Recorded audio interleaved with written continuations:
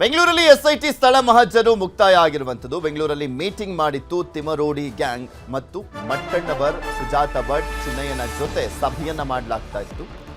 ಬೆಂಗಳೂರಿನಲ್ಲಿ ಎಸ್ಐಟಿ ಸ್ಥಳ ಮಹಜರು ಮುಕ್ತಾಯವಾಗಿದೆ. ಬೆಂಗಳೂರಿನಲ್ಲಿ ಮೀಟಿಂಗ್ ಅನ್ನ ಮಾಡ್ತಾ ಇದ್ರು ಈ ತಿಮರೋಡಿ ಗ್ಯಾಂಗ್ನವರು. ಷಡ್ಯಂತ್ರವನ್ನ ಇಲ್ಲಿ ರೂಪಿಸಲಾಗ್ತಾ ಇತ್ತಾ? ಚಿನ್ನಯ್ಯನನ್ನ ರೆಡಿ ಮಾಡಿದ್ದೆ ಇವರ, ಅಥವಾ ಚಿನ್ನಯ್ಯನೇ ಇವ್ರ ಹತ್ರ ಬುರುಡೆ ತಗೊಂಬಂದ್ಬಿಟ್ಟು ಈ ರೀತಿಯಾಗಿದೆ ನಾನು ಹೇಳ್ತೀನಿ ಅಂತ ಏನಾದರೂ ಹೇಳಿದ್ದ? ಅದ್ರ ಬಗ್ಗೆ ನೆಕ್ಸ್ಟ್ ಗೊತ್ತಾಗಬೇಕಾಗಿದೆ. ಹೋಗ್ತಾ ಹೋಗ್ತಾ ವಿದ್ಯಾರಣ್ಯಪುರದ ಸರ್ವಿಸ್ ಅಪಾರ್ಟ್ಮೆಂಟ್ನಲ್ಲಿ ಸಭೆಯನ್ನ ಮಾಡಲಾಗಿತ್ತು. 4-5 ತಿಂಗಳ ಹಿಂದೆನೆ ಸಭೆಯನ್ನ ಮಾಡಿದಂಥ ತಿಮರೋಡಿ ಟೀಮ್ ಅಪಾರ್ಟ್ಮೆಂಟ್ನ ಲೆಡ್ಜರ್ ಬುಕ್, CCTV DVR ಅನ್ನ ಕೂಡ ವಶಕ್ಕೆ ಪಡೆಯಲಾಗಿದೆ. 4-5 ತಿಂಗಳು ಅಂತ ಹೇಳಲಾಗ್ತಾ ಇರುವಂಥ ಹಿನ್ನೆಲೆಯಲ್ಲಿ ಮಿನಿಮಮ್ ಒಂದು 6 ತಿಂಗಳ CCTV ಫುಟೇಜ್ ಅಂತೂ ಇದ್ದೇ ಇರುವಂಥ ಚಾನ್ಸಸ್ ಇದೆ. ನೋಡೋಣ ಪೊಲೀಸರ ತನಿಖೆಯ ಸಂದರ್ಭದಲ್ಲಿ ಗೊತ್ತಾಗುತ್ತಾ ಅಂತ. ನಾವು 3-4 ತಿಂಗಳಲ್ಲಿ ಎಷ್ಟು ಬಾರಿ ಭೇಟಿಯಾಗಿದ್ರು, ಸಭೆಗೆ ಬೇರೆ ಯಾರೆಲ್ಲ ಬಂದಿದ್ರು, ಏನೆಲ್ಲ ಆಗ್ತಾ ಇತ್ತು, ಎಲ್ಲ ಪ್ರಶ್ನೆಗಳನ್ನ ಮುಂದಿಟ್ಟು ಮಹಜರನ್ನ ಮುಗಿಸಿರುವಂಥದ್ದು SIT ಟೀಮ್. ಸದ್ಯಕ್ಕೆ ಆರೋಪಿ ಆಗಿರುವಂತ ಚಿನ್ನಯ್ಯನನ್ನ ವಿಚಾರಣೆ ಮಾಡಲಾಗ್ತದೆ. ನೆಕ್ಸ್ಟ್ ಯಾರು ಬುಡಕ್ಕೆ ಹೋಗುತ್ತೆ, ಯಾರು ಆರೋಪಿಗಳಾಗ್ತಾರೆ ನೋಡೋಣ. ಬೆಂಗಳೂರಿನಿಂದ ಬೆಳ್ತಂಗಡಿಗೆ SIT ವಾಪಸ್ ಆಗಿದೆ. ಚಿನ್ನಯ್ಯನನ್ನ ವಾಪಸ್ ಕರೆದೊಯ್ದಿರುವಂಥದ್ದು SIT. ಚಿನ್ನಯ್ಯ ನಾಳೆ ಕೋರ್ಟ್ಗೆ ಹಾಜರಾಗಬೇಕಾಗಿದೆ. ನಾಳೆ ಕೋರ್ಟ್ಗೆ ಹಾಜರಾಗಬೇಕು. ಸೊ ಹೀಗಾಗಿ ಆತನ್ನ ವಾಪಸ್ ಕರ್ಕೊಂಡು ಹೋಗಿದ್ದಾರೆ. ಅಪಾರ್ಟ್ಮೆಂಟ್ನಲ್ಲಿ 3 ಟೀಮ್ಗಳಿಂದ ಪರಿಶೀಲನೆಯನ್ನ ಮಾಡಲಾಯಿತು. ಒಂದು ಟೀಮ್ನಿಂದ CCTVಗಳ ಪರಿಶೀಲನೆ ಮಾಡಲಾಗಿದೆ. ಮತ್ತೊಂದು ತಂಡದಿಂದ ಲೆಡ್ಜರ್ ಅನ್ನ ಪರಿಶೀಲನೆ ಮಾಡಲಾಗಿದೆ. ಅಂದ್ರೆ ಅಲ್ಲಿ ಬರ್ಕೊಳ್ತಾರಲ್ಲ, ಯಾರು ಬರ್ತಾರೆ, ಏನು ಎತ್ತ, ಯಾಕೆ ಬಂದಿದ್ರು, ಯಾರ ರೂಮಿಗೆ ಹೋಗಿದ್ರು, ಯಾರ ಮನೆಗೆ ಹೋಗಿದ್ರು, ಇದೆಲ್ಲವನ್ನು ಕೂಡ ಬರ್ಕೊಳ್ಳಾಗುತ್ತಲ್ಲ, ಆ ಲೆಡ್ಜರ್ ಬುಕ್ ಅನ್ನ ಕೂಡ ಪರಿಶೀಲನೆ ಮಾಡಲಾಗಿದೆ. ಇನ್ನೊಂದು ತಂಡದಿಂದ ಮಹಜರು ಪ್ರಕ್ರಿಯೆಯನ್ನ ಮಾಡಲಾಗ್ತಾ ಇತ್ತು. ಸರ್ವಿಸ್ ಅಪಾರ್ಟ್ಮೆಂಟ್ ಸಿಬ್ಬಂದಿಯ ಹೇಳಿಕೆಯನ್ನ ದಾಖಲು ಮಾಡಿಕೊಳ್ಳಲಾಗಿದೆ. ಎಲ್ಲ ಪ್ರಕ್ರಿಯೆಗಳು, ಹೇಳಿಕೆಗಳನ್ನ ವಿಡಿಯೋ ರೆಕಾರ್ಡ್ ಮಾಡಿಕೊಳ್ಳಲಾಗಿರುವಂಥದ್ದು. ಅಲ್ಲಿ CCTV ಏನಾದರೂ ತಗಲಾಕೊಂಡ್ರೆ, ಲೆಡ್ಜರ್ ಬುಕ್ನಲ್ಲೂ ಕೂಡ ಏನಾದರೂ ಯಾರ್ಯಾರು ಬಂದಿದ್ರು, ಏನು ಎತ್ತ ಅನ್ನುವಂಥದ್ದು ಗೊತ್ತಾದರೆ ಅದು ಇನ್ನಷ್ಟು ಪ್ರೂಫ್ ಸಿಕ್ಕಂತ ಆಗತ್ತೆ. ಯಾಕೆಂದ್ರೆ ಈ ಆರೋಪಿ ಇದಾನಲ್ಲ ಚಿನ್ನಯ್ಯ, ಆತನನ್ನ ದಾರಿ ತಪ್ಪಿಸಿದ್ ಇವರೇನಾ? ಈ ಟೀಮ್ ಅವರೆಲ್ಲ ಕೂಡ ಷಡ್ಯಂತ್ರದಲ್ಲಿ ಭಾಗಿಯಾಗಿದ್ರ? ಇದಕ್ಕೂ ಕೂಡ ಉತ್ತರ ಸಿಗ್ತಾ ಹೋಗುತ್ತಲ್ಲ. ಯಾಕೆಂದ್ರೆ ಆತ ಈಗ ಯಾರ್ದೋ ಹೆಸರು ಹೇಳ್ಬಿಟ್ಟ ಚಿನ್ನಯ್ಯ ಅಂದ ತಕ್ಷಣ ಅವರನ್ನು ಸಡನ್ ಆಗಿ ಹೋಗಿ ಅರೆಸ್ಟ್ ಮಾಡ್ಲಿಕ್ಕೆ ಆಗೋದಿಲ್ಲ. ಸೊ ಹೀಗಾಗಿ ಇಡೀ ದೇಶ ನೋಡ್ತಾ ಇರುವಂಥ ಪ್ರಕರಣ ಬೇರೆ ಇದು. ಯಾರನ್ನೋ ಒಬ್ಬರನ್ನು ಸುಮ್ಮನೆ ಕರೆ ತರಲಿಕ್ಕೂ ಆಗೋದಿಲ್ಲ. ಅದಕ್ಕೆ ದಾಖಲೆಗಳು ಬೇಕಾಗ್ತವೆ, ಪ್ರೂಫ್ಗಳು ಬೇಕಾಗುವಂಥ ಹಿನ್ನೆಲೆಯಲ್ಲಿ ಎಲ್ಲವೂ ಕೂಡ ಹಂತ ಹಂತವಾಗಿ ಮಾಡ್ತಾ ಇದೆ SIT. ಇದ್ರ ಬಗ್ಗೆ ಇನ್ನಷ್ಟು ಮಾಹಿತಿಯನ್ನು ಕೊಡ್ತಾ ಹೋಗ್ತಾರೆ ನಮ್ಮ ಪ್ರತಿನಿಧಿ ಮುನಿರಾಜು ನಮ್ಮ ಜೊತೆ ನೇರ ಸಂಪರ್ಕದಲ್ಲಿ ಜಾಯ್ನ್ ಆಗಿದ್ದಾರೆ. ಮುನಿಯಲ್ಲಿ SIT ಸ್ಥಳ ಮಹಜರು ಪ್ರಕ್ರಿಯೆ ಮುಕ್ತಾಯಗೊಂಡಿರುವಂಥದ್ದು. ಈ ಸಂದರ್ಭದಲ್ಲಿ ಪೊಲೀಸರಿಗೆ ಏನೇನೆಲ್ಲ ಮಾಹಿತಿ ಸಿಕ್ಕಿದೆ? ಈಗ ಆಲ್ರೆಡಿ ಅಲ್ಲಿಂದ ಹೊರಟಾಯ್ತಾ SIT ಬೆಳ್ತಂಗಡಿ ಕಡೆಗೆ? ಪೃಥ್ವಿ, ಏನು ಕಳೆದ 2 ದಿನಗಳಿಂದ ಬೆಂಗಳೂರಿನಲ್ಲಿ SIT ಅಧಿಕಾರಿಗಳು ತೀವ್ರ ತಪಾಸಣೆ ಮತ್ತೆ ಒಂದು ಮಹಜರು ಪ್ರಕ್ರಿಯೆಗಳನ್ನು ಕೂಡ ನಡೆಸಿದ್ದಾರೆ. ಧರ್ಮಸ್ಥಳದ ಈ ಒಂದು ಬುರುಡೆ ಪ್ರಕರಣಕ್ಕೆ ಸಂಬಂಧಪಟ್ಟಂತೆ ಈಗಾಗಲೇ 2 ಕಡೆಗಳಲ್ಲಿ ಒಂದು ಮಹಜರು ಮತ್ತೆ ಪರಿಶೀಲನಾ ಕಾರ್ಯವನ್ನು ಈಗ SIT ಅಧಿಕಾರಿಗಳು ಮಾಡಿರುವುದು. ನಿನ್ನೆ ಏನು ಮಾಲಸಂದ್ರದ ಒಂದು ಜಯಂತ್ ಮನೆಯಲ್ಲಿ ಸುಮಾರು 7 ಗಂಟೆಗಳ ಕಾಲ ಒಂದು ತಪಾಸಣೆ ಮಾಡಿ ಒಂದು ಮಹಜರನ್ನ ಮಾಡಿದ್ರೆ, ಇವತ್ತು ಏನು ವಿದ್ಯಾರಣ್ಯಪುರದ ಒಂದು ತಿಂಗಳು ಬಳಿರುವಂತಹ ಒಂದು ಸರ್ವಿಸ್ ಅಪಾರ್ಟ್ಮೆಂಟ್ ನಲ್ಲಿ ಕೂಡ ಒಂದು ಮಹಜರು ಪ್ರಕ್ರಿಯೆಯನ್ನ ಮಾಡಿದ್ದಾರೆ. ಈ ಒಂದು ಅಪಾರ್ಟ್ಮೆಂಟ್ ಅಲ್ಲಿ ಸುಮಾರು 9 ಗಂಟೆಗಳ ಕಾಲ ಒಂದು ತಪಾಸಣೆಯನ್ನ ಮಾಡಿ ಮಹಜರು ಪ್ರಕ್ರಿಯೆಯನ್ನು ಕೂಡ ಈಗ SIT ಅಧಿಕಾರಿಗಳು ಮಾಡಿರೋದು. ಯಾಕಂದ್ರೆ ಈ ಒಂದು ಸರ್ವಿಸ್ ಅಪಾರ್ಟ್ಮೆಂಟ್ ನಲ್ಲಿ 3 ವ್ಯಕ್ತಿಗಳು ಭೇಟಿಯಾಗಿ ಈ ಒಂದು ಬುರುಡೆ ಪ್ರಕರಣಕ್ಕೆ ಸಂಬಂಧಪಟ್ಟಂತೆ ಚರ್ಚೆಯನ್ನ ಮಾಡಿದ್ರು ಅನ್ನೋದು ಮಾಹಿತಿ ಈಗ ಸಿಕ್ಕಿರೋದು. ಆದ್ರಿಂದ ಆ ಒಂದು ಸರ್ವಿಸ್ ಅಪಾರ್ಟ್ಮೆಂಟ್ ನಲ್ಲಿ ಯಾವ ರೂಮ್ ನಲ್ಲಿ ಉಳ್ಕೊಂಡಿದ್ರು ಮತ್ತೆ ಎಷ್ಟು ಜನ ಅಲ್ಲಿ ಮೀಟಿಂಗ್ ಅನ್ನ ಮಾಡ್ತಾ ಇದ್ರು ಅನ್ನೋದ್ರ ಬಗ್ಗೆ ಕೂಲಂಕುಷವಾಗಿ ಮಾಹಿತಿಯನ್ನು ಕೂಡ ಪಡ್ಕೊಂಡಿದ್ದಾರೆ. ಮತ್ತೆ ಈಗಾಗಲೇ ಒಂದು ಲೆಕ್ಚರ್ ಬುಕ್ ನಲ್ಲಿ ಕೂಡ ಒಂದು ಎಂಟ್ರಿ ಕೂಡ ಏನಾಗಿರುತ್ತೆ ಅದನ್ನು ಕೂಡ ಪರಿಶೀಲನೆ ಮಾಡಿ ಯಾರ ಹೆಸರಲ್ಲಿ ರೂಮ್ ಬುಕ್ ಆಗಿತ್ತು ಮತ್ತೆ ಆ ಒಂದು ರೂಮ್ ನಲ್ಲಿ ಇರುವಂತಹ ವ್ಯಕ್ತಿಗಳ ಸಂಖ್ಯೆ ಎಷ್ಟು ಅನ್ನೋದು ಕೂಡ ಈಗಾಗಲೇ ಮಾಹಿತಿಯನ್ನು ಪಡ್ಕೊಂಡು ಆ ಒಂದು ಲೆಕ್ಚರ್ ಬುಕ್ ನ ಒಂದು ಕಾಪಿಯನ್ನು ಕೂಡ ಈಗ SIT ಅಧಿಕಾರಿಗಳು ಪಡ್ಕೊಂಡಿದ್ದಾರೆ. ಇನ್ನು ಉಳಿದಂತೆ ಏನು ರೂಮ್ಗೆ ಎಂಟ್ರಿ ಆಗುವಂತಹ CCTV ಇರ್ಬೋದು ಮತ್ತೆ ಅಪಾರ್ಟ್ಮೆಂಟ್ಗೆ ಎಂಟ್ರಿ ಆಗುವಂತಹ CCTV ಫುಟೇಜ್ ಏನಿದೆ ಅದನ್ನು ಕೂಡ ಕೂಲಂಕುಷವಾಗಿ ಪರಿಶೀಲನೆ ಮಾಡಿದ್ದಾರೆ. ಆದ್ರೆ ಅದರ ಸ್ಟೋರೇಜ್ ಕೆಪಾಸಿಟಿ ಕಡಿಮೆ ಇರೋದ್ರಿಂದ ಅದು ಕೂಡ ಈಗ ಡಿಲೀಟ್ ಆಗಿದೆ ಅನ್ನೋ ಒಂದು ಮಾಹಿತಿ ಕೂಡ ಈಗ ಸಿಕ್ಕಿದೆ. ಆದ್ರಿಂದ ಆ ಒಂದು DVR ಅನ್ನು ಕೂಡ ಈಗ ವಶಕ್ಕೆ ಪಡೆದು ಅದನ್ನು ರಿಟ್ರೀವ್ ಮಾಡುವಂತ ಕೆಲಸವನ್ನು ಕೂಡ ಈಗ SIT ಅಧಿಕಾರಿಗಳು ಮಾಡೋದಕ್ಕೆ ಈಗ ಮುಂದಾಗಿರೋದು. ಇನ್ನು ಉಳಿದಂತೆ ಕೆಲವು ಏನು ಅವ್ರ ಮೀಟಿಂಗ್ ಸಂಬಂಧಪಟ್ಟಂತ ಕೆಲವು ವಸ್ತುಗಳನ್ನು ಕೂಡ ಈಗ SIT ಅಧಿಕಾರಿಗಳು ತಮ್ಮ ವಶಕ್ಕೆ ಪಡೆದು ಅದನ್ನೀಗ ಮಹಜರು ರೂಪದಲ್ಲಿ ಒಂದು ಸೀಸನ್ ಮಾಡಿದ್ದು ಈಗ ವಶಕ್ಕೆ ಪಡೆದು ತೆಗೆದುಕೊಂಡು ಹೋಗ್ತಿರೋದು ಕೂಡ ಆಗಿದೆ. ಸದ್ಯ ಈಗ ಬೆಂಗಳೂರಿನಲ್ಲಿ 2 ಕಡೆ ಮಹಜರು ಮತ್ತೆ ತಪಾಸಣೆ ಕೆಲಸವನ್ನ ಮುಗಿಸಿದ SIT ಅಧಿಕಾರಿಗಳೀಗ ನೇರವಾಗಿ ಬೆಳ್ತಂಗಡಿಯ ಒಂದು SIT ಕಚೇರಿಗೆ ಕೂಡ ಈಗ ತೆರಳ್ತಾ ಇರೋದು.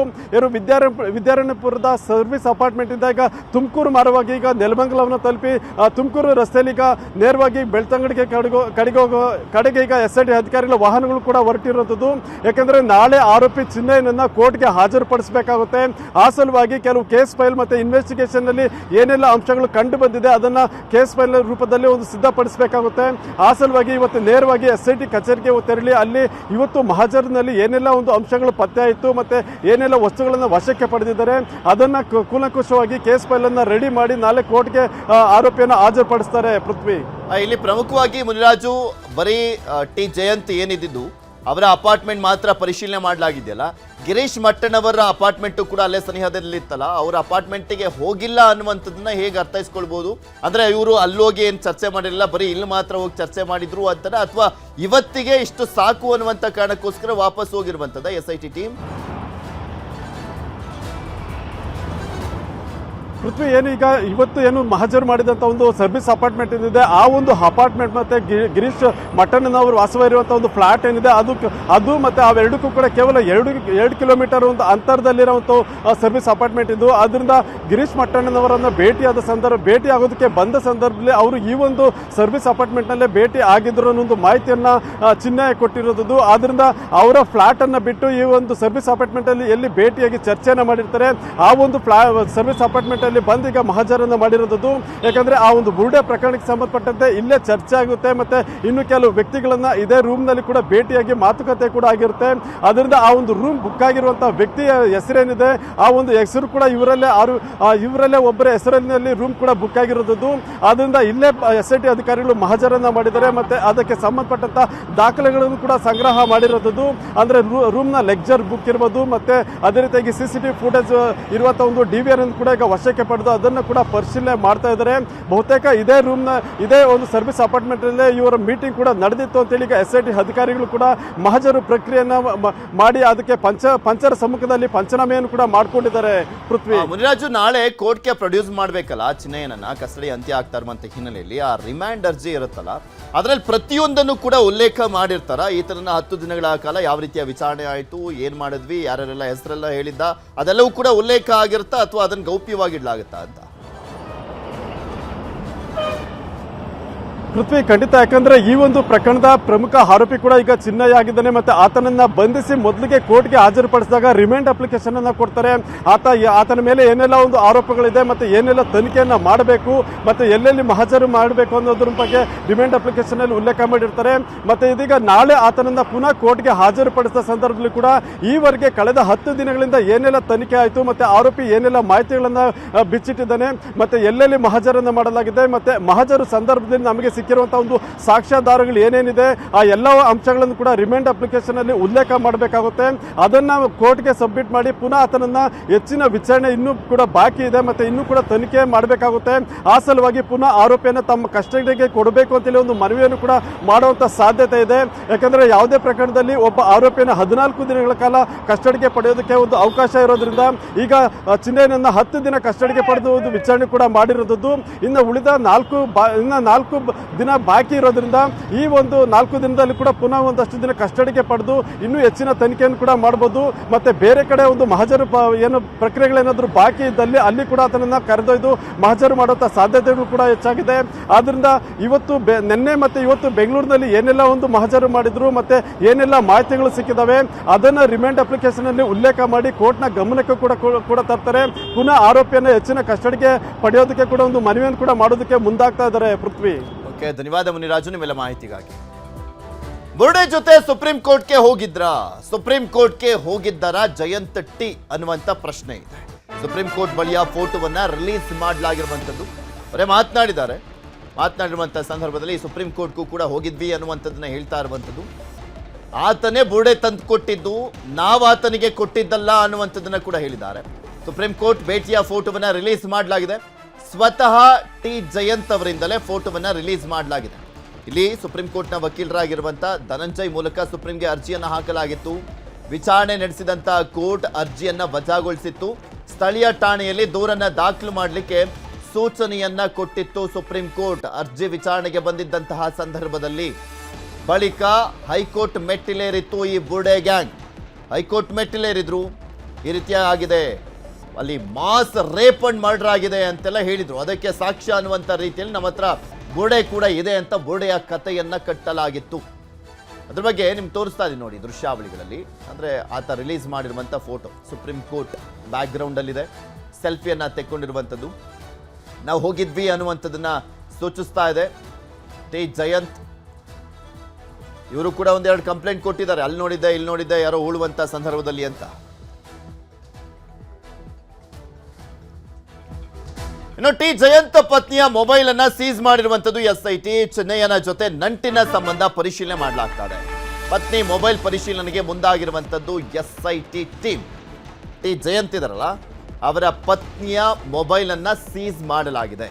ಅವ್ರ ಪತ್ನಿಯ ಮೊಬೈಲ್ನಿಂದಲೂ ಕೂಡ ಯಾರನ್ನೆಲ್ಲ ಕಾಂಟ್ಯಾಕ್ಟ್ ಮಾಡಲಾಗಿತ್ತು, ಯಾರಿಗೆಲ್ಲ ಕಾಂಟ್ಯಾಕ್ಟ್ ಮಾಡಲಾಗಿತ್ತು, ಅದರಲ್ಲಿ ಏನಾದರೂ ಪ್ರೂಫ್ಗಳು ಸಿಗಬಹುದಾ, ಏನಾದರೂ ಫೋಟೋಗಳು ಇರಬಹುದಾ, ಚಿನ್ನಯ್ಯನ ಜೊತೆ ಇವರಿಗೆ ಎಷ್ಟು ದಿನಗಳಿಂದ ಪರಿಚಯ ಇರುವಂಥದ್ದು ಅನ್ನುವಂಥದ್ದು ಏನಾದರೂ ಜಯಂತ್ ಪತ್ನಿ ಫೋನ್ನಿಂದಲೂ ಕೂಡ ಸಂಭಾಷಣೆಗಳಾಗಿದ್ದಾವ ಅನ್ನುವಂಥದ್ದು ಗೊತ್ತಾಗುತ್ತಾ ನೋಡಬೇಕಾಗಿದೆ. ಒಟ್ಟಿನಲ್ಲಿ ಸೀಸ್ ಮಾಡಿದ್ದಾರೆ.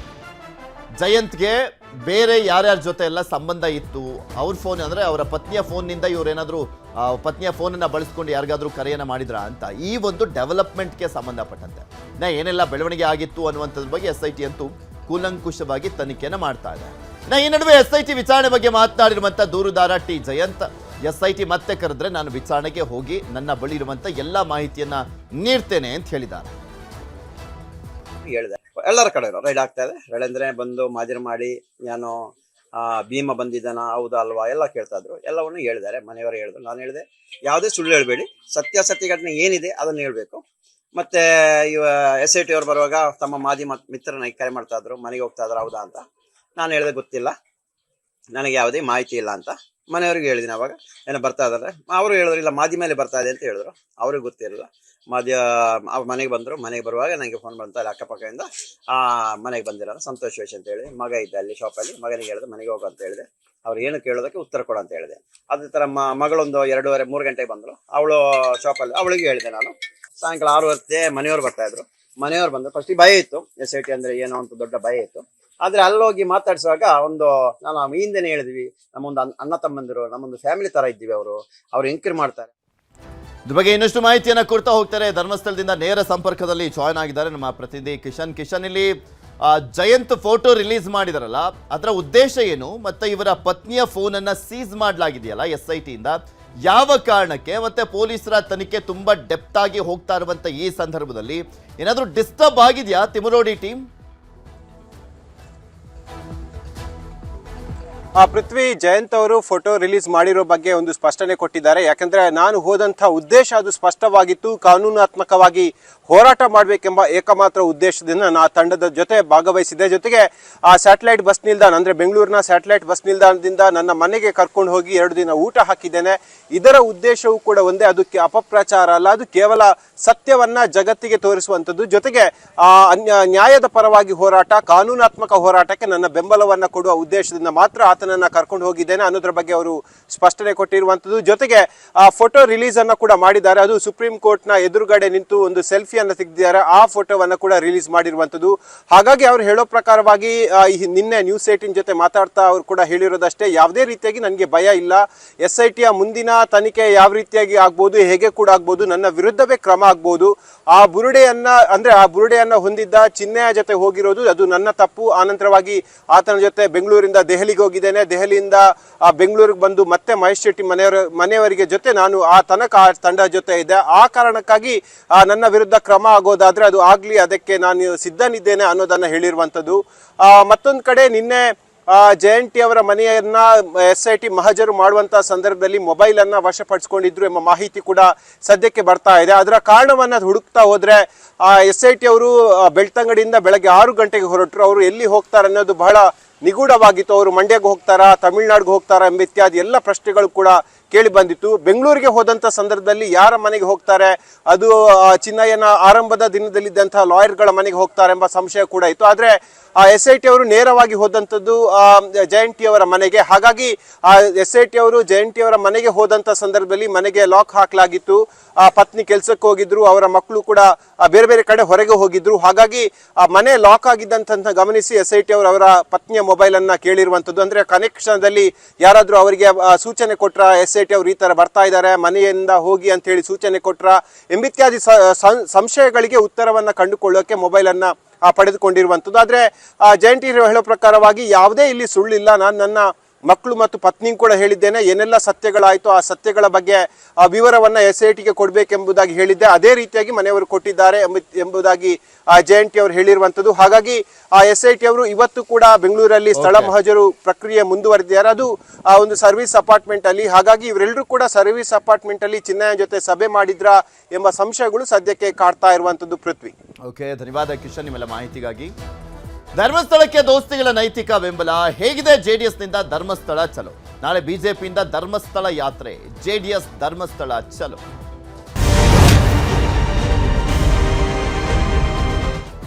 ಧರ್ಮಸ್ಥಳಕ್ಕೆ ದೋಸ್ತಿ ನಾಯಕರಿಂದ ನೈತಿಕ ಬೆಂಬಲ ಮುಂದುವರೆದಿದೆ. ಒಬ್ಬರಾದ್ಮೇಲೊಬ್ರು ಪೈಪೋಟಿಗೆ ಬಿದ್ದು ಅಲ್ಲಿ ಅಭಿಮಾನವನ್ನ ತೋರಿಸ್ಲಿಕ್ಕೆ ಹೋಗ್ತಾ ಇದ್ದಾರೆ.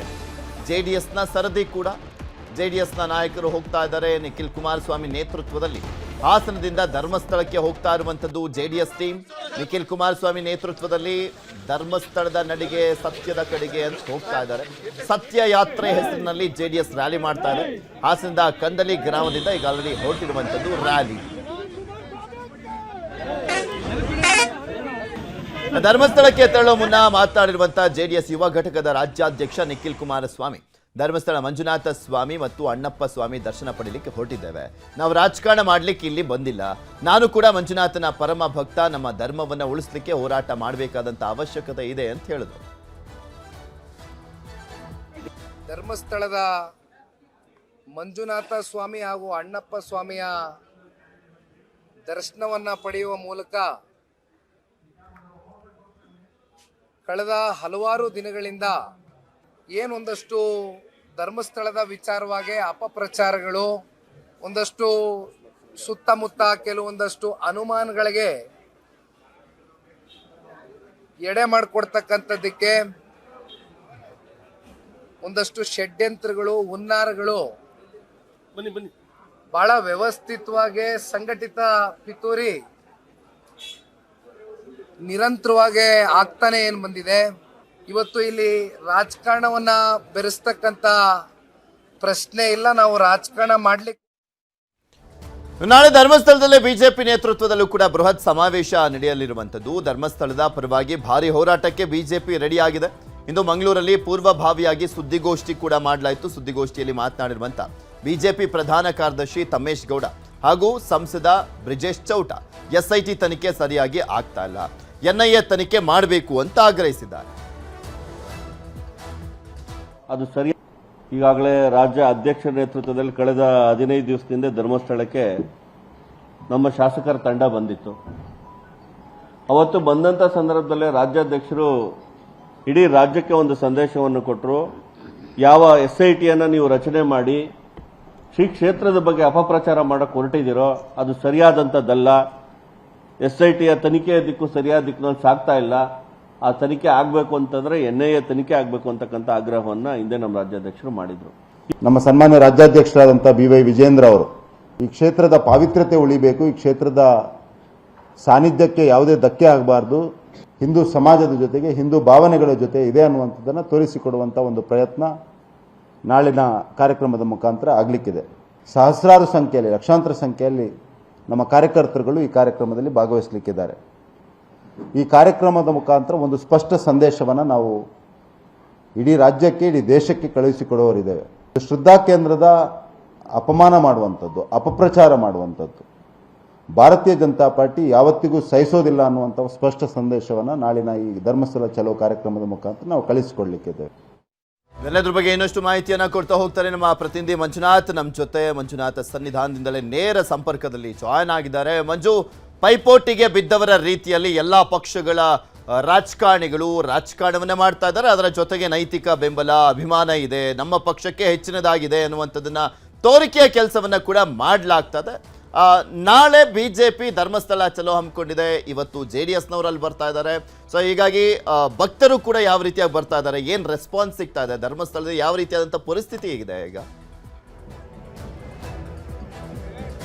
ಎಸ್, ಖಂಡಿತವಾಗ್ಲೂ ಪೃಥ್ವಿ, ನೀವು ಹೇಳ್ದಂಗೆ ಒಂದ್ ರೀತಿ ಪೈಪೋಟಿಗೆ ಬಿದ್ದ ಹಾಗೆ ಕಾಣ್ತಾ ಇರುವಂತದ್ದು. ಒಂದ್ ಕಡೆ ಬಿಜೆಪಿ ಅವರು ಕೂಡ ಅಷ್ಟೇ ಸಾಲು ಸಾಲಾಗಿ ಧರ್ಮಸ್ಥಳದ ಕಡೆ ಬರ್ತಾ ಇರುವಂತದ್ದು, ಧರ್ಮಾಧಿಕಾರಿಗಳ ಪರವಾಗಿ ನಾವು ಇದೀವಿ ಅನ್ನುವಂತ ಒಂದು ಸಂದೇಶವನ್ನ ಸಮಾಜಕ್ಕೆ ಕೊಡುವಂತ ಒಂದು ಕೆಲಸ ಆಗ್ತಿರುವಂತ ಬೆನ್ನಲ್ಲೇ ಇವತ್ತು ಕೂಡ ಅಷ್ಟೇ ಸತ್ಯಯಾತ್ರೆ ಅನ್ನುವಂತಹ ಒಂದು ಅಡಿಯಲ್ಲಿ ಈಗಾಗಲೇ JDS ನವರು ಕೂಡ ಅಷ್ಟೇ ಧರ್ಮಸ್ಥಳಕ್ಕೆ ಬರೋದಕ್ಕೆ ಎಲ್ಲಾ ತಯಾರಿಗಳನ್ನ ಮಾಡ್ಕೊಂಡಿದ್ರೆ ಇನ್ನೇನು ಕೆಲವೇ ಕ್ಷಣದಲ್ಲಿ ಸಂಖ್ಯೆಯಲ್ಲಿ JDS ನ ಕಾರ್ಯಕರ್ತರೆಲ್ಲರೂ ಕೂಡ ಅಷ್ಟೇ ಧರ್ಮಸ್ಥಳಕ್ಕೆ ಬರೋರಿದಂತದ್ದು ನೀವು ದೃಶ್ಯದಲ್ಲಿ ಕೂಡ ನೋಡ್ತಾ ಇರಬಹುದು. ಈಗಾಗಲೇ ಸಾಕಷ್ಟು ಸಂಖ್ಯೆಯಲ್ಲಿ ಕಾರ್ಯಕರ್ತರು ಕೂಡ ಅಷ್ಟೇ ಧರ್ಮಸ್ಥಳದ ಕಡೆ ಬರ್ತಾ ಇರುವಂತದ್ದು. ಯಾಕಂದ್ರೆ 1:15 ಎಕ್ಸಾಕ್ಟ್ ಆಗಿ ನಿಖಿಲ್ ಕುಮಾರಸ್ವಾಮಿ ಅವರ ನೇತೃತ್ವದಲ್ಲಿ ಈ ಒಂದು ಪಾದಯಾತ್ರೆ ಅನ್ನುವಂಥದ್ದು ನೇತ್ರಾವತಿ ನದಿಯ ದಡದಿಂದ ಧರ್ಮಸ್ಥಳದ ಮಂಜುನಾಥ ಸನ್ನಿಧಿಯವರೆಗೂ ಕೂಡ ಅಷ್ಟೇ ಪಾದಯಾತ್ರೆ ಬರ್ತಾರೆ. ಪಾದಯಾತ್ರೆ ಆದಂತಹ ಬಳಿಕ ಅಮೃತ ವರ್ಷಿಣಿ ಸಭಾಂಗಣದಲ್ಲಿ ಸಮಾವೇಶವನ್ನು ಕೂಡ ಅಷ್ಟೇ ಇವತ್ತು JDS ನ ಕಾರ್ಯಕರ್ತರು, JDS ನ ಮುಖಂಡರು ಹಮ್ಮಿಕೊಂಡಿದ್ದಾರೆ. ಇದು ಇವತ್ತಿನ ಬೆಳವಣಿಗೆ ಆಯಿತು ಅಂತ. ನಾಳೆ ಬಿಜೆಪಿಯಿಂದ ಕೂಡ ಅಷ್ಟೇ ಬೃಹತ್ ಧರ್ಮಸ್ಥಳ ಚಲೋ ಅನ್ನುವಂತ ಒಂದು ಕಾರ್ಯಕ್ರಮ ಹಮ್ಮಿಕೊಂಡಿರುವಂತದ್ದು. ರಾಜ್ಯದ ಎಲ್ಲ ಸಂಸದರು, ಶಾಸಕರು, ಬಿಜೆಪಿಯ ರಾಜ್ಯಾಧ್ಯಕ್ಷರು ಎಲ್ಲರೂ ಕೂಡ ಅಷ್ಟೇ ನಾಳಿನ ಧರ್ಮಸ್ಥಳ ಚಲೋ ಕಾರ್ಯಕ್ರಮಕ್ಕೆ ಬರ್ತಾ ಇರುವಂತದ್ದು. ಒಂದಷ್ಟು ಜನ ಇವತ್ತೇ ರಾತ್ರಿನೇ ಇಲ್ಲಿ ಬರ್ತಾ ಇದ್ದಾರೆ. ರಾತ್ರಿ ಬಂದಂತವ್ರಿಗೆ ಇಲ್ಲಿ ವಸತಿಯ ವ್ಯವಸ್ಥೆಯನ್ನು ಕೂಡ ಈಗಾಗಲೇ ಪಕ್ಷದ ಕಡೆಯಿಂದನೇ ಮಾಡಿದ್ದಾರೆ. ಸುಮಾರು 10,000 ಕಾರ್ಯಕರ್ತರು ಉಳ್ಕೊಳ್ಳೋದಕ್ಕೆ ಎಲ್ಲಾ ರೀತಿಯಂತಹ ವ್ಯವಸ್ಥೆಗಳನ್ನು ಕೂಡ ಈಗಾಗಲೇ ಮಾಡಿಕೊಟ್ಟಿರುವಂತದ್ದು. ಇನ್ನು ನಾಳೆ ಈಗ ಪತ್ರಿಕಾಗೋಷ್ಠಿಯಲ್ಲಿ ಹೇಳಿದ್ರು ನಾಳೆ 1 ಲಕ್ಷದ ಕಾರ್ಯಕರ್ತರು ಸೇರುವಂತಹ ಸಾಧ್ಯತೆ ಇದೆ. ಒಂದು ಕಾರಣ ಅಷ್ಟೇ, ಈ ಒಂದು ಪ್ರಕರಣದ ಇನ್ವೆಸ್ಟಿಗೇಷನ್ ಇದು NIAಗೆ ವಹಿಸಬೇಕು. ಯಾಕೆ ಅಂತಂದ್ರೆ ಬೇರೆ ಬೇರೆ ಕಡೆಗಳಿಂದಲೂ ಕೂಡ ಅಷ್ಟೇ ಫಂಡಿಂಗ್ ಅನ್ನುವಂಥದ್ದಾಗಿದೆ. ಆ ಒಂದು ಫಂಡ್ ಮಾಡಿರುವಂತಹ ಉದ್ದೇಶವಾದ್ರೂ ಏನು, ಒಂದಷ್ಟು ಯೂಟ್ಯೂಬ್ಗಳಿಗೆ ಫಂಡ್ ಆಗಿದೆ. ಎಲ್ಲರೂ ಕೂಡ ಅಷ್ಟೇ ಧರ್ಮಸ್ಥಳದ ವಿರುದ್ಧವಾಗಿ ಸುದ್ದಿ ಮಾಡುವಂತದ್ದು, ಅಪಪ್ರಚಾರ ಮಾಡುವಂತ ಒಂದು ಕೆಲಸಕ್ಕೆ ಮುಂದಾಗ್ತಿದ್ರೆ ಇದನ್ನ ಕಡಿವಾಣ ಹಾಕಬೇಕು ಅಂತಂದ್ರೆ SIT ಕೈಲಿ ಮಾತ್ರ ಸಾಧ್ಯ ಇಲ್ಲ. ಆ ಒಂದು ಕಾರಣಕ್ಕೋಸ್ಕರನೇ ಈ ಒಂದು ಪ್ರಕರಣವನ್ನು NIAಗೆ ವಹಿಸಬೇಕು, NIAದವರು ಇನ್ವೆಸ್ಟಿಗೇಷನ್ ಮಾಡಬೇಕು. ಆಗ ಮಾತ್ರ ಯಾವೆಲ್ಲ ಸಂಘಟನೆಗಳು ಇದೆ ಅನ್ನುವಂಥದ್ದು ಗೊತ್ತಾಗುತ್ತೆ. ಜೊತೆಗೆ ಈಗಾಗಲೇ PFI ಸಂಘಟನೆ ಬ್ಯಾನ್ ಆಗಿರುವಂತಹ ವಿಚಾರ ಗೊತ್ತು. ಆದ್ರೆ SDPIನವರು PFI ಸಂಘಟನೆಯ ಸದಸ್ಯರನ್ನ ಸೇರಿಸಿಕೊಂಡು ಈ ರೀತಿಯಂತಹ ದುಷ್ಕೃತ್ಯಗಳನ್ನ ಮಾಡ್ತಾ ಇದೆ. ಅದೆಲ್ಲವನ್ನೂ ಕೂಡ ಕಡಿವಾಣ ಹಾಕಬೇಕು ಅಂತಂದ್ರೆ NIAಗೆ ಈ ಒಂದು ಪ್ರಕರಣ ವಹಿಸಿದ್ರೆ ಮಾತ್ರ ಸಾಧ್ಯ ಅನ್ನುವಂಥದ್ದು ಬಿಜೆಪಿಯವರ ಒಂದು ವಾದ. ಜೊತೆಗೆ ನಾಳೆ ಎಲ್ಲರೂ ಕೂಡ ಅಷ್ಟೇ ಸುಮಾರು 1 ಲಕ್ಷ ಜನ ಇಲ್ಲಿ ಸೇರ್ತಾ ಇದ್ದಾರೆ, ಸಮಾವೇಶವನ್ನ ಮಾಡ್ತಿದ್ದಾರೆ. ಈ ಒಂದು ಸಮಾವೇಶದಲ್ಲೂ ಕೂಡ ಅಷ್ಟೇ ನಾವೆಲ್ಲರೂ ಕೂಡ ಅಷ್ಟೇ ಧರ್ಮಾಧಿಕಾರಿಗಳು ಮತ್ತು ಧರ್ಮಸ್ಥಳದ ಪರವಾಗಿದ್ದೀವಿ. ಯಾವುದೇ ಕಾರಣಕ್ಕೂ ಕೂಡ ಅಷ್ಟೇ ನಾವು ಧರ್ಮಕ್ಷೇತ್ರವನ್ನ ಬಿಟ್ಕೊಡುವಂತ ಸಾಧ್ಯತೆನೇ ಇಲ್ಲ.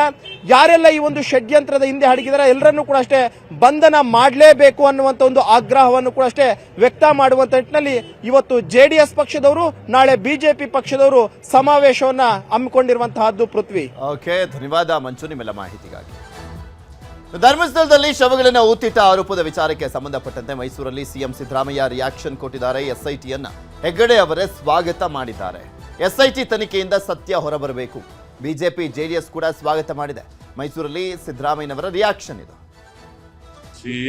ಧರ್ಮಸ್ಥಳದ ಹೆಗ್ಗಡೆಯವರೇ ಸ್ವಾಗತ ಮಾಡಿದ್ದಾರೆ. ಸತ್ಯ ಹೊರಬರ್ಬೇಕಲ್ಲ, ನಾವು ಸತ್ಯ ಹೊರಬರಬೇಕು ಅನ್ನೋ ಕಾರಣಕ್ಕೋಸ್ಕರವಾಗಿ SIT ಮಾಡಿರ್ತಾರೆ.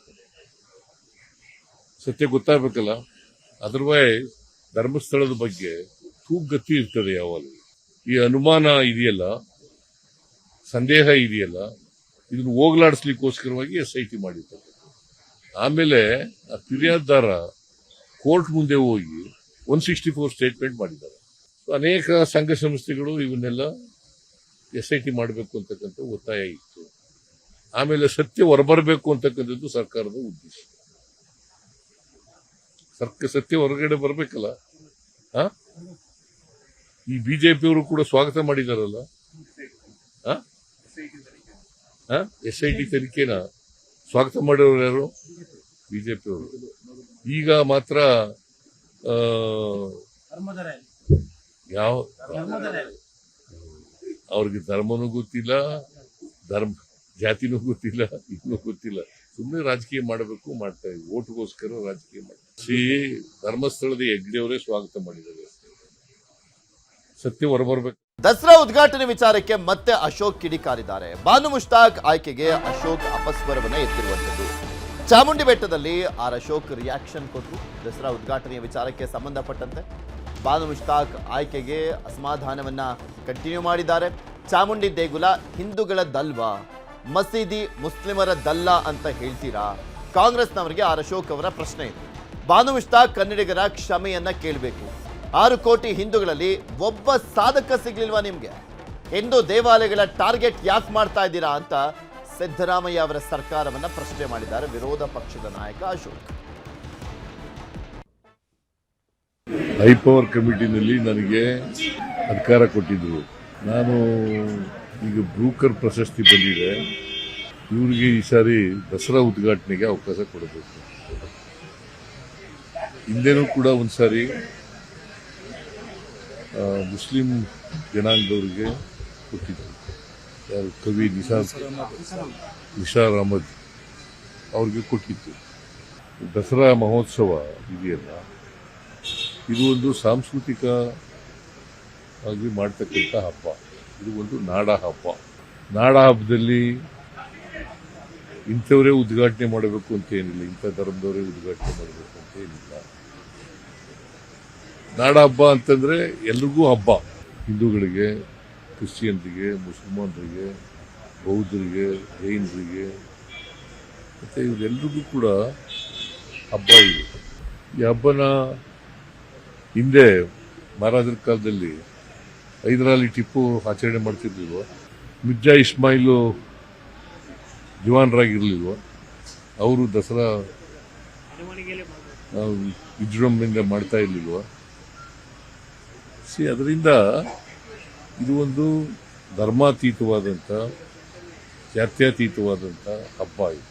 ಈ ಹಬ್ಬಕ್ಕೆ ನಾನು ಬ್ರೂಕರ್ ಪ್ರಶಸ್ತಿ ಪ್ರೈಜ್ ವಿನ್ನರು ಬಾನು ಮುಷ್ತಾಕ್ ಅವರಿಗೆ ಈ ಸಾರಿ ದಸರಾ ಉದ್ಘಾಟನೆ ಮಾಡ್ತಕ್ಕಂಥ ಅವಕಾಶವನ್ನು ಸರ್ಕಾರ ಕಲ್ಪಿಸಿಕೊಟ್ಟಿದೆ. ಯಾರು ಧರ್ಮಾಂಧರಿದ್ದಾರೆ ಅವ್ರು ಮಾತ್ರ ಕೆಲವರು ಮಾತಾಡ್ತಾರೆ. ಸೊ ಅವ್ರಿಗೆ ಇತಿಹಾಸ ಗೊತ್ತಿಲ್ಲ ಅಂತ ಅನಿಸುತ್ತೆ. ಸೊ ಇತಿಹಾಸ ತಿಳ್ಕೊಳ್ತಕ್ಕಂಥದ್ದು ಬಹಳ ಒಳ್ಳೆಯದು. ಅಂದ್ರೆ ಇದು ಯಾರದು? ಹಿಂದೂಗಳಲ್ಲ ಅಂತ ಹೇಳ್ಬಿಟ್ಟಿದ್ದೀರಾ ಆಲ್ರೆಡಿ, ಆನ್ ರೆಕಾರ್ಡ್ ಹೇಳಿದ್ದೀರಾ, ಮತ್ತೆ ಸಮರ್ಥನೆ ಮಾಡಿದ್ದೀರಾ. ಅಲ್ಲ ಅಂದ್ರೆ ಯಾರದು? ನಿಮಗೆ ಧೈರ್ಯ ಇದ್ದರೆ ಆ ಗಡಸು ಇದ್ದರೆ ಯಾವುದಾದ್ರೂ ಮಸೀದಿ ಮುಂದೆ ಹೋಗ್ಬಿಟ್ಟು ನಿಂತ್ಕೊಂಡು ಇದು ಮುಸಲ್ಮಾನರದಲ್ಲ ಅಂತ ಹೇಳೋ ಧೈರ್ಯವನ್ನ ನೀವು ಮಾಡ್ತೀರಾ? ಈಶ್ವರಿನೇ ಒಪ್ಕೊಳಲ್ಲ ನೀನು ಅಂದಮೇಲೆ ಅದು ಕನ್ನಡ ಭಾಷೆಗೆ ಸಂಬಂಧಪಟ್ಟಿದ್ದು, ಕರ್ನಾಟಕಕ್ಕೆ ಸಂಬಂಧಪಟ್ಟಿದ್ದು. ಇದು ಹಿಂದೂಗಳದು. ಚಾಮುಂಡೇಶ್ವರಿ ಹಿಂದೂಗಳದು. ಭುವನೇಶ್ವರಿ ಬಗ್ಗೆ ಆಡಿದಂಥ ಮಾತುಗಳು ತಪ್ಪು. ಕನ್ನಡ ಧ್ವಜದ ಬಗ್ಗೆ ಆಡಿರೋ ಮಾತುಗಳು ತಪ್ಪು. ನಾನು ರಾಜ್ಯದ ಜನಗಳ ಮುಂದೆ ಕ್ಷಮಾಪಣೆ ಕೇಳ್ತೀನಿ. ಈ ಪದಗಳನ್ನು ಅವ್ರು ಹೇಳಬೇಕು.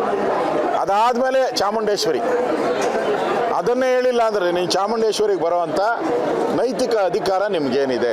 ಆಮೇಲೆ ಕೇಳಬೇಕು, ಆಮೇಲೆ ಚಾಮುಂಡೇಶ್ವರಿ ಆರಾಧನೆಗೆ ಒಪ್ಕೊಬೇಕು. ಪಾಲಿಟಿಕ್ಸ್ ಬಿಟ್ಟರೆ ಹಾಗಾದ್ರೆ ಕನ್ನಡದವ್ರು ಯಾರೂ, ಕನ್ನಡಿಗರು, ನಾನು ಹೇಳಿದೆ ಕರ್ನಾಟಕದಲ್ಲಿ ಯಾವ ಹಿಂದೂಗಳು ಸುಮಾರು 6 ಕೋಟಿ ಇದ್ದಾರೆ ಅಂತ ಇಟ್ಕೊಳ್ಳಿ. 6 ಕೋಟಿ ಹಿಂದೂಗಳಿದಾರಲ್ಲ, 6 ಕೋಟಿ ಮೇಲೆಯಿಂದ ಅವರಲ್ಲಿ ಒಬ್ಬರು ಸಿಕ್ಕಲ್ಲ ನಿಮಗೆ? ಒಬ್ಬ ಸಾಹಿತಿ ಸಿಗಲ್ವಾ? ಒಬ್ಬ ಸ್ವಾತಂತ್ರ್ಯ ಹೋರಾಟಗಾರ ಸಿಗಲ್ವಾ? ಕರ್ನಾಟಕದಲ್ಲಿ ಆಡಳಿತ ಅನ್ನುವಂಥದ್ದೇ ಇಲ್ಲ, ಬರೀ ಭ್ರಷ್ಟಾಚಾರ ನಡೀತಾ ಇದೆ ಅಂತ ಶಾಸಕ ಯತ್ನಾಳ್ ಆರೋಪವನ್ನು ಮಾಡಿದ್ದಾರೆ. ಕಲಬುರಗಿಯಲ್ಲಿ ಮಾತನಾಡಿರುವಂಥ ಅವರು ಸರ್ಕಾರ ಗ್ಯಾರಂಟಿ ಕೊಟ್ಟು ಜನತೆಗೆ ಟೋಪಿಯನ್ನ ಹಾಕ್ತಾ ಇದೆ. ಸರ್ಕಾರ 2 ದಿನ ಸಬ್ ರಿಜಿಸ್ಟ್ರಾರ್ ಸರ್ವರ್ ಡೌನ್ ಮಾಡಿ ಇಟ್ಟಿತ್ತು. ಈ ರೀತಿಯ ಫ್ರಾಡ್ ನಡೀತಾ ಇದೆ. ಕೆಲವು ಬಿಜೆಪಿ ನಾಯಕರು ಕಾಂಗ್ರೆಸ್ ಜೊತೆ ಹೊಂದಾಣಿಕೆ ಮಾಡಿಕೊಂಡಿದ್ದಾರೆ ಅಂತ ಹೇಳಿದ್ರು. ಇನ್ನು ಧರ್ಮಸ್ಥಳದ ಪರ ಬ್ಯಾಟಿಂಗ್ ಮಾಡಿದ್ರು. ದಸರಾ ಉದ್ಘಾಟನೆಗೆ ಬಾನು ಮುಷ್ತಾಕ್ ಆಯ್ಕೆಗೆ ವಿರೋಧವನ್ನು ವ್ಯಕ್ತಪಡಿಸಿದ್ರು. 1% ಕರ್ನಾಟಕದಲ್ಲಿ ಆಡಳಿತ ಅನ್ನೋದು ಎಲ್ಲ ಭ್ರಷ್ಟಾಚಾರ ಅಂತರೂ, ವ್ಯಾಪಕ ಭ್ರಷ್ಟಾಚಾರ ಅಂತರೂ ಎಲ್ಲಿ ಹೋದರೂ ರೊಕ್ಕಿಲ್ಲಾರ್ದು ಏನು, ಯಾವುದು 10 ಪಟ್ಟು ಆಗೈತೆ ರೇಟ್. ನೀನೇನೆ ಸಬ್ ರಿಜಿಸ್ಟ್ರ್ ಮತ್ತು 1% ಏರ್ಸ್ಯಾರ. ನೋಡ್ರಿ ಸರ್ಕಾರ ಎಷ್ಟು ಫ್ರಾಡ್ ಮಾಡ್ತೈತೆ ಅನ್ನೋದು ನೀನೇ ಉದಾಹರಣೆ ಹೇಳ್ತೀನಿ. 2 ದಿವಸದಿಂದ ಅದೇನು ಇದನ್ನು ನೆಟ್ ಸರ್ವರ್ನೇ ಡೌನ್ ಮಾಡಿ ಇಟ್ಬಿಟ್ಟಾರೆ. ಸರ್ವರ್ ಯಾಕಪ್ಪ ಅಂದ್ರೆ 1% ಇದ್ದಿದ್ದು 2% ಮಾಡ್ಯಾರ. ಈ ಗ್ಯಾರಂಟಿ ಕೊಟ್ಟು 65,000 ಕೊಟ್ಟಿದ್ದೆ, ನಮ್ಮ ಯಾಕೆ ಒಪ್ಪಿಗೆ ಹಾಕ್ಯಾರಲ್ಲ. ಹಿಂಗೆ ರೊಕ್ಕ ತೆಗೆದು ಇಲ್ಲಿ ರೊಕ್ಕ ತೆಗೆದು ಇಲ್ಲೇ ಹಾಕ್ಲಕತ್ತ. ಅದಕ್ಕೆ ಏನಾಗಿತ್ತು ಕರ್ನಾಟಕದಾಗ 2 ದಿವಸ ಸರ್ವರ್ ಬಂದ್ ಮಾಡ್ತಾರೆ. ಒಂದು ಸರ್ಕಾರನೇ ಬಂದ್ ಮಾಡ್ತದೆ. ನಂದೇ ಖರೀದಿ ಇತ್ತು. ಕರ್ನಾಟಕದಲ್ಲಿ ಆಡಳಿತ ಅನ್ನೋದು ಎಲ್ಲ ಭ್ರಷ್ಟಾಚಾರ ಅಂತರೂ ವ್ಯಾಪಕ